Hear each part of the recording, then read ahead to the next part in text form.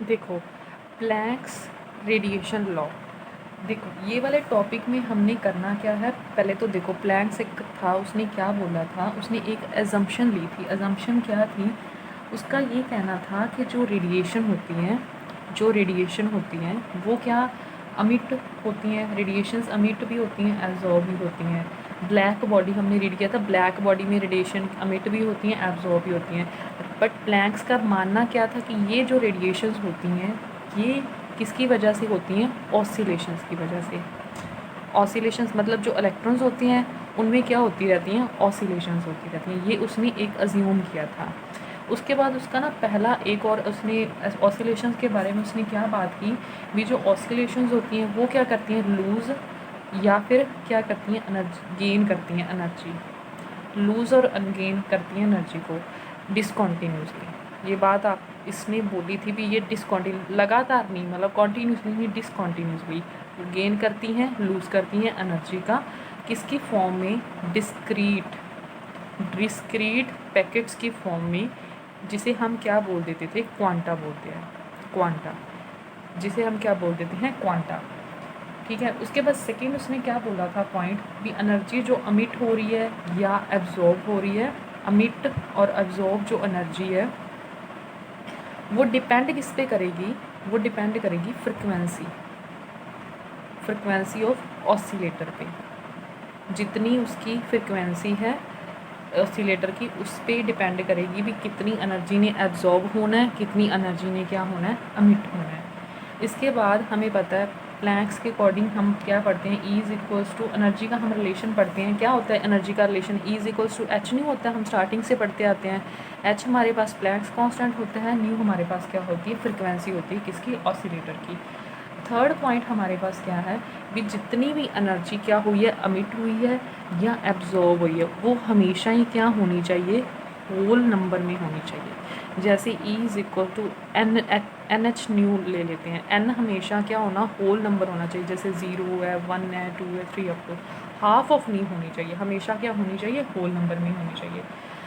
उसके बाद आगे हम क्या कहते हैं, प्लैंक्स ने ये चीज़ ना एक्सपेरिमेंटली ड्राइव की थी, भी एक रिलेशन निकाला था उसने, क्या, E lambda is equals to 8 pi H C by lambda की पावर 5 1 बाई ई की H C by lambda of K T minus of 1। ये उसने क्या एक एक्सप्रेशन निकाला था। इस एक्सप्रेशन को हम बोलते क्या हैं, इसे बोलते हैं एनर्जी डेंसिटी का एक्सप्रेशन है, पर यूनिट एरिया पर सेकेंड में ब्लैक बॉडी के थ्रू उसने ये एक्सप्रेशन एक्सपेरिमेंटली प्रूव किया था। बस इसके बाद हमने इस एक्सप्रेशन को बोलते क्या है, Planck's radiation law. Planck's radiation law बोलते हैं। अब हमने इसमें हमें एक बात और भी हमने पीछे टॉपिक में पढ़ी थी, क्या, वीन्स लॉ और रीले जो जीन्स लॉ था, वीन्स लॉ और रीले जीन्स लॉ, इसी में से हमने आगे करी थी। अब देखते हैं होता क्या है इसमें। हम देखते हैं, एक तो हम देखते हैं लोअर वेवलेंथ पे, एक देखते हैं हायर वेवलेंथ पे। क्या देखते हैं, लोअर वेवलेंथ पे, और क्या देखते हैं, हायर वेवलेंथ पे। लोअर वेवलेंथ पे हम क्या देखते हैं, लोअर मतलब वेवलेंथ कम है, मतलब क्या हो गया, एच सी बाई के लैम्डा, ये वाली चीज़ है, एच सी बाई के लैम्डा टी जो होगा उसकी वैल्यू हमेशा क्या होगी, ज़्यादा होगी लैम्डा इसकी वैल्यू। क्योंकि ये देखो, आपको कोई भी, आपको पता है अगर ये चीज़ ऐसे होती तो मतलब लैम्डा ज़्यादा होना था, बट हमें पता है ई की पावर में कोई चीज़ होती है तो वो क्या होती जाती है। अगर देखो ई की पावर में भी है और वो क्या है, अपॉन में भी है, और वो क्या है, अपॉन में भी है। अगर हम देखते भी लैम्डा ग्रेटर देन 1 है, लैम्डा की वैल्यू 1 से ज़्यादा है, ये तो ठीक है। अगर 1 बाय लैम्डा हो जाता तो क्या होना था, ये वैल्यू मतलब लैम्डा अगर बढ़ाते जाते तो ओवरऑल तो वैल्यू कम होती जानी थी। तो इसी वजह से क्या, लैम्डा यहाँ बटे में पड़ा है, एच सी बाय के लैम्डा टी है। तो क्या हुआ भी, जितनी हम क्या करते हैं वेवलेंथ कम करते जाएंगे, वेवलेंथ हमारी यहाँ पे क्या हो रही है, कम हो रही है। जैसे देखो कोई भी वैल्यू, जैसे यहाँ पे हम क्या भर दें, 2 भर दें, लैम्डा की जैसे वैल्यू 2 है तो ये कितनी रहेगी, 0.5 रहेगी ना। तो उतनी की क्या हमारी यहाँ पे वेवलेंथ क्या होती जाएगी, कम होती जाएगी। तो इसमें इसके लिए हम क्या करेंगे, ये वैल्यू हमारी 1 से ज़्यादा हो गई। उसके बाद क्या होगा, इसे हमने क्या मान लिया, मतलब 1 को हमने कर दिया निगलेक्ट। यहाँ पे क्या बचेगा, E lambda is equal to 8 pi H C by lambda की पावर 5 इंटू ये वैल्यू हम 1 को तो हमने कर दिया निगलेक्ट, ये ऊपर चली जाएगी ई की minus H C by lambda of K T. ये हमने पीछे मैंने बोला था, ये क्या है हमारे पास वीन्स लॉ है, हमारे पास क्या है वीन्स लॉ, ये हमारे पास क्या है वीन्स लॉ। अगर हम हायर वेवलेंथ पे चेक करें, हायर वेवलेंथ में मतलब क्या होगा, लैम्डा जो होगा हमारा हाई होगा। हाई अब कैसे होगा, देखो हमने क्या करना है, ई की H C by lambda K T को हमने अप्रॉक्सीमेटली हम बाइनोमियल के अकॉर्डिंग हम क्या मान लेते हैं 1, जैसे ई की वैल्यू जैसे हमने एक्सप्रेशन किया ई की एक्स हमारे पास क्या होता है 1 plus x square by 2 lambda, ये एक्सप्रेशन होता है, अप टू जाता जाता है। तो ये वाले कैसे हो जाएगा 1 हो जाएगा plus H C by lambda K T, ये एक्सप्रेशन के अकॉर्डिंग है, बाइनोमियल के अकॉर्डिंग। तो बस कुछ नहीं करना, हमने क्या करना है इसमें ये वैल्यू पुट कर देनी है, ये वाली वैल्यू की जगह पे हमने ये वाली वैल्यू कर देनी है पुट करने के बाद हमारे पास ओवरऑल हमारे पास क्या आ जाएगा, ई लैम्डा की वैल्यू 8 पाई बाई लैम्डा की 4 के टी, ये हमारे पास एक्सप्रेशन आ जाएगा वैल्यू को पुट करने के बाद। इसे हम क्या बोलेंगे, रीले जीन्स लॉ, क्या बोलेंगे रीले जीन्स लॉ। ये हमारा लोअर वेवलेंथ पे आया था वीन्स लॉ, ये हमारा आया रीले जीन्स लॉ। उसके बाद हम आगे क्या बात पढ़ते हैं, इसके बाद देखो ध्यान से समझना, इसके बाद हमें 3 चीज़ों का पता होना चाहिए कैसे डेरिवेशन, हम फाइनली डेरिवेशन करते हैं कैसे। देखो हमें पता है एनर्जी हमारे पास क्या है, पैकेट्स की फॉर्म में है, एन ये चीज़ है हमारे पास, एन की वैल्यू हमें पता 0 1 2 होल नंबर होनी चाहिए, अप टू होल नंबर होनी चाहिए। उसके बाद क्या है, पहली बात ये याद रखनी है। उसके बाद हमें पता है नंबर ऑफ़ ऑसिलेशंस निकाल देते हैं, हमें n0 है, हमारे पास n1 है, n2 है, अप टू जाती जाएंगी। अगर ऑसिलेशंस ये हैं हमारे पास पता है एनर्जी क्या निकले के आएगी, E इज़ इक्वल टू 0, अगर 0 भरेंगे 1 भरेंगे तो h nu 2 h nu up to ऐसे निकल के आएगी। ये क्या है नंबर ऑफ़ ऑसिलेशंस है, ये ऑसिलेशन की क्या है हमारे पास एनर्जी है, ठीक है। तो अब उसके बाद पहली बात, सेकंड, अब थर्ड वाली बात क्या याद रखनी है, मैक्सवेल फिज़िक्स में आप रीड करते हो कि मैक्सवेल बोल्ट्जमैन लॉ के अकॉर्डिंग क्या होता है, हमारे पास जो नंबर ऑफ़ ऑसिलेशंस होती हैं उसकी वैल्यू क्या होती हैं, n की power n equals to n0 e की minus E N by K T. ये क्या हमने याद रखना है, अभी मैक्सवेल बोल्ट्जमैन के अकॉर्डिंग ऑसिलेशंस की वैल्यू ये वाली होती है। बस कुछ नहीं करना, हमने क्या करना है वैल्यू हमने क्या करनी है पुट करनी है, इसको इस इक्वेशन में कर दो पुट। देखो हमारे पास ओवरऑल क्या निकल के आएगा, n0 की वैल्यू यहाँ पे भर दो 0, तो हमारे पास 0 भरेंगे तो यहाँ पे क्या रह जाएगा, ओनली n0 ही रह जाएगा, ठीक है। उसके बाद अगर हम n की वैल्यू n1 है, यहाँ पे मतलब 1 वैल्यू आ गई, अगर n1 होगा 1 होगा तो क्या होगा n0 ऐसे क्या ऐसा, e की माइनस क्या हो जाएंगे, n की वैल्यू 1 भरेंगे तो बनेगा हमारे पास E1 बाई के टी। तो अब क्या करेंगे, हमारे पास E1 की वैल्यू हम फिल कर देते हैं, क्या होगा e की पावर E1 हमारे पास क्या होगा minus of H new by K T. E1 की हमने वैल्यू भर दी 1 पे, H new by K T. वैसे ही अगर हम n2 की निकालेंगे, n2 का हमारा पास क्या हो गया n0 वैसे का वैसा, e की पावर क्या हो जाएगी minus E2 by K T. अब E2 की वैल्यू हमारे पास क्या होगी, जब हम n की वैल्यू 2 भरते हैं तो n0 e की minus 2 H new by K T. बस इन वैल्यूज़ को हमने क्या करना है इनमें पुट कर देना है, n0 का 0 ही रह जाएगा क्योंकि e 0 हो जाएगी, e 0 की हमारे पास 0 ही रह जाएगी। तो n1 की वैल्यू क्या आ गई n0 e की H new by K T plus n आगे n0 की होगी n1 की होगी, अब क्या करेंगे n2 की minus of 2 H new by K T, up to ऐसे वैल्यू हमने फिल कर देनी है। उसके बाद क्या करना है, हमें पता है n0 n कॉमन है, इसे हमने कॉमन निकाल लेना, बीच में क्या बचेगा e की power minus H new by K T, ई की minus 2 H new by K T, up to ऐसे कर देंगे। अब देखो ये आपने बाइनोमियल एक्सप्रेशन आपने रीड किया, बाइनोमियल थ्योरम में आपने ये एक्सप्रेशन रीड किया होगा कि 1 बाई, जैसे देखो 1 बाई ये वाली बात पहले मैं लिख देती हूँ, क्या होता है जैसे 1 है इसकी माइनस ई की एक्स हो गया माइनस एक्स, फिर ई की कितना हो गया माइनस ऑफ 2x, ये अप टू जाता है एक्सपोनेंशियल की फॉर्म में। तो हम इसका डायरेक्ट क्या लिख लेते हैं, डायरेक्ट लिख लेते हैं 1 बाई 1 माइनस ई की माइनस एक्स। ये हमने बाइनोमियल में रीड किया हुआ। अगर एक्सपोनेंशियल टर्म्स इन ऐसे दी हूँ तो उनका हम सम अप करके हम उसकी वैल्यू इतनी होती है, बस इसमें हमने फिल कर देना है ये वाली बात। एक्स की वैल्यू हमारे पास कितनी है, H new by K T, तो ये हमारे पास क्या बन जाएगा, वन माइनस ई की power minus of H new by K T. ये वाली बात हमारे पास निकल के आ गई। हमने क्या निकाल लिया, टोटल एन निकाल लिया। अभी टोटल नंबर ऑफ ऑसिलेशन हमारे पास किसके इक्वल होगी, ये वाले एक्सप्रेशन के इक्वल होगी। टोटल नंबर ऑफ ऑसिलेशन निकल के आ गई। देखो बच्चों, अब हमने क्या करना है, देखो टोटल एनर्जी हमारे पास है, ऑसिलेटर की टोटल एनर्जी हम कैसे निकालेंगे, ई टोटल इज़ इक्वल टू, देखो N0 N1 N2 N3, ये तो हमारे पास थी oscillations, number of oscillations. Energy हमारे पास थी E is equals to N H nu. देखो ज़ीरो पे, अगर ज़ीरो ऑसिलेशन N0 पे क्या होगी, ज़ीरो एनर्जी होगी, N1 पे क्या होगी 1 एच न्यू होगी, टू पे 2 एच न्यू, 3 पे ऐसे ऐसे हमारी वैल्यू आ जाएगी। इसके बाद हमें पता है एच न्यू हम क्या निकाल सकते हैं, कॉमन निकाल सकते हैं। हमारे पास क्या बचेगा, N1 N2 N3, ये हमारे पास वैल्यू बचेगी। अब ये स्टेप ध्यान से करना है कि हमने क्या देखा है कि N1 हमारे पास क्या है, N0 ई की power minus E N by K T है।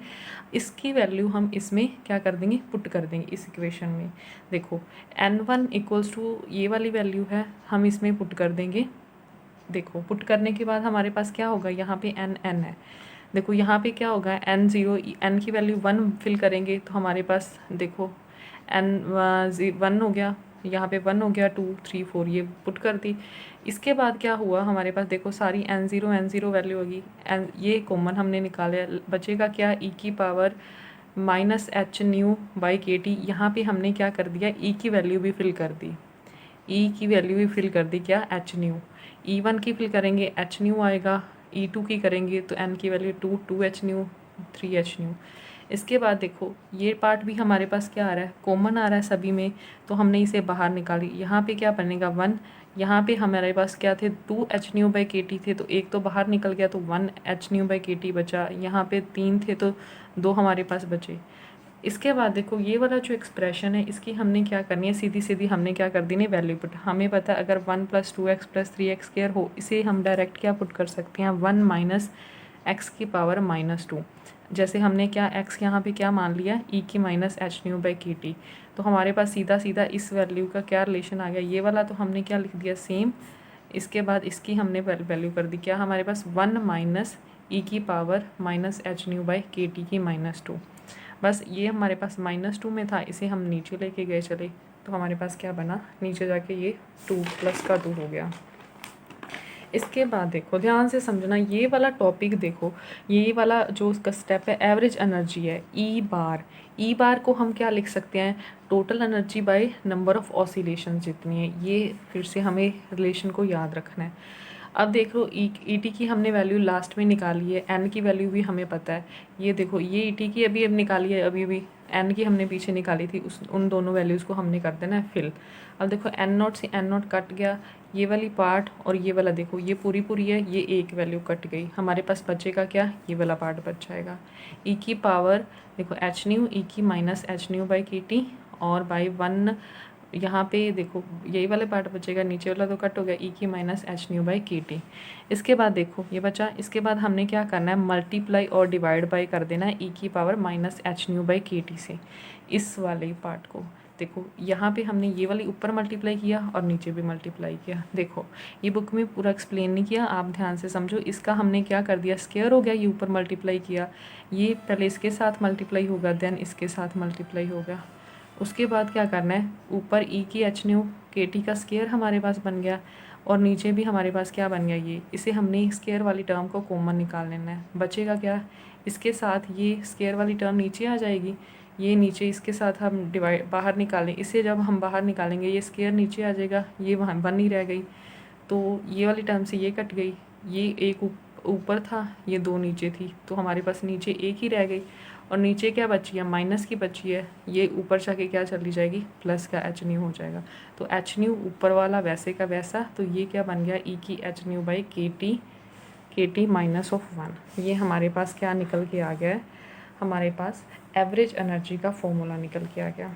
उसके बाद ध्यान से समझना, ये वाला फिर स्टेप थोड़ा सा क्रैम करने वाला। क्या हमारे पास जो फ्रिक्वेंसी है, फ्रिक्वेंसी क्या होती है, फ्रिक्वेंसी न्यू और न्यू प्लस ड्यू न्यू, मतलब चेंज फ्रिक्वेंसी में कितना आया है, उसमें हमने फ्रिक्वेंसी में जितना चेंज आया उसमें हमने क्या निकालनी है, नंबर ऑफ़ ऑसिलेशंस देखनी है। Number of oscillations per unit volume में क्या आएगी, ये वैल्यू फिर हमने याद रखनी है।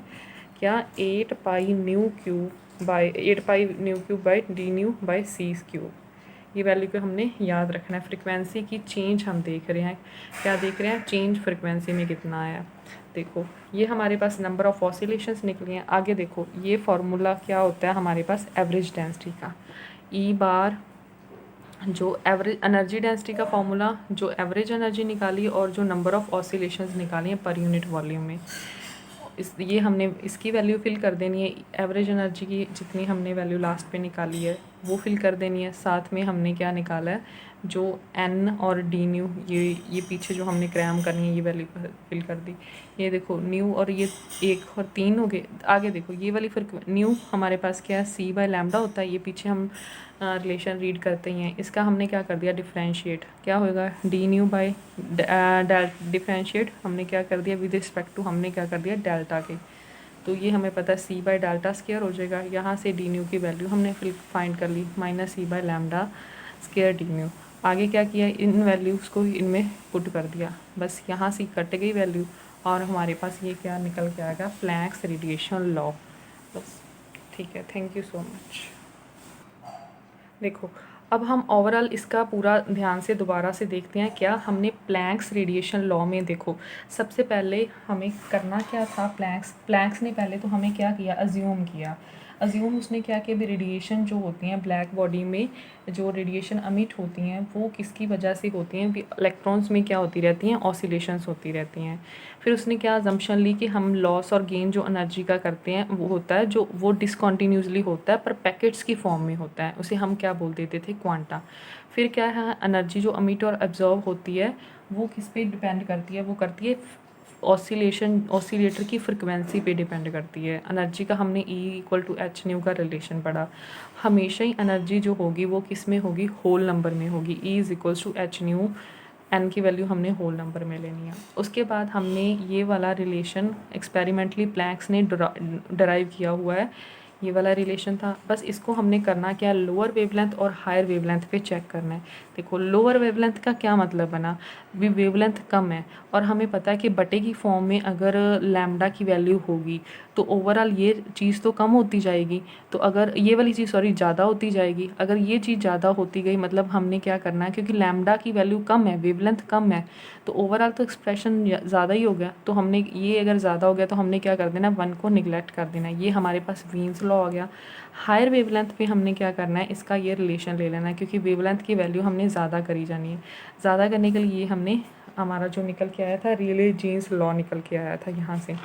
फिर इसके बाद हमने क्या किया था, हमने एनर्जी की वैल्यू हमें पता थी, E=H न्यू होती है, एन की वैल्यू थी। फिर हमने नंबर ऑफ़ ऑसिलेशंस में देख ली, N0 N1 N2, ये मैक्सवेल बोल्ट्जमैन लॉ देख लिया। मतलब जो बातें मैं याद रखनी है उसे मैं हैश कर देती हूँ।